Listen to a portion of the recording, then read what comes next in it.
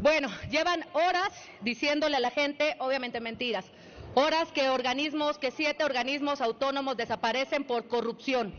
La desaparición de los 7 organismos es gravísima. La Comisión Nacional de Hidrocarburos, la Comisión Reguladora de Energía, Coneval, todos es gravísima. Pero hay una en particular, el INAI, al que desaparecen por corrupción, sí, pero por la de ustedes, por haber descubierto la corrupción de este gobierno. Andrés Manuel llegó hace 6 años.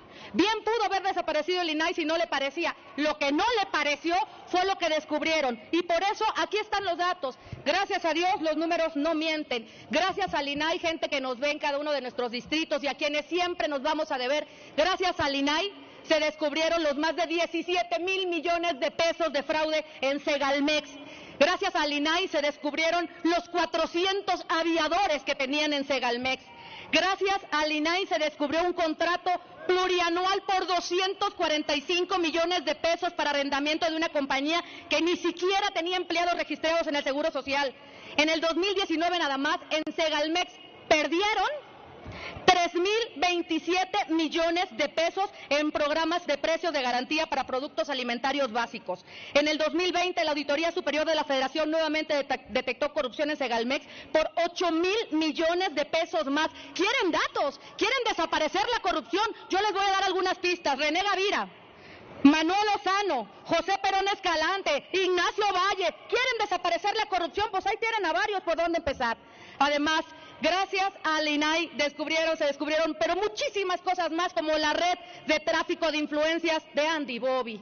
¿Cómo olvidar esa pareja? Andy Bobby y Almícar, y los contratos para surtir medicinas de gobiernos de Morena por casi 500 millones de pesos. Además, las asignaciones amañadas por 2,000 millones de pesos para surtir balastro al Tren Maya, una empresa que no podía ni mandar a Zulejo, 2,000 millones de pesos.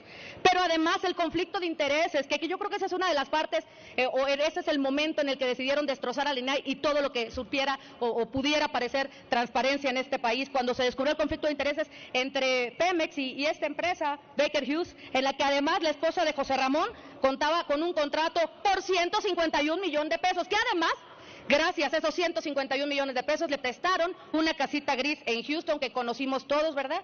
Que ojalá se lo hubieran prestado tantito al pueblo que tanto quieren, pero creo que no la dejaron ni que la conociera. Pero tenemos más datos, por supuesto. Gracias al INAI sabemos de los contratos por más de 365 millones de pesos de Pemex y el ISSSTE que le otorgó a la inolvidable prima, la corruptaza de Felipe Obrador.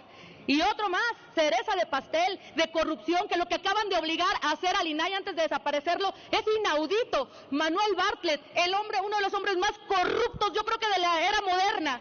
Claro, hoy patriota gracias a que lo ungió Morena, cereza de pastel. Declaración patrimonial reporta 60 millones de pesos y resulta que le descubren propiedades, 25 propiedades, 23 casas y 2 ranchos por 800 millones de pesos. Esas son las propiedades nada más de Manuel Bartlett. Pero aparte, 4 predios en la Riviera Maya que suman 164 hectáreas. Las últimas hectáreas adquiridas ¿por cuánto creen? Por 0 pesos.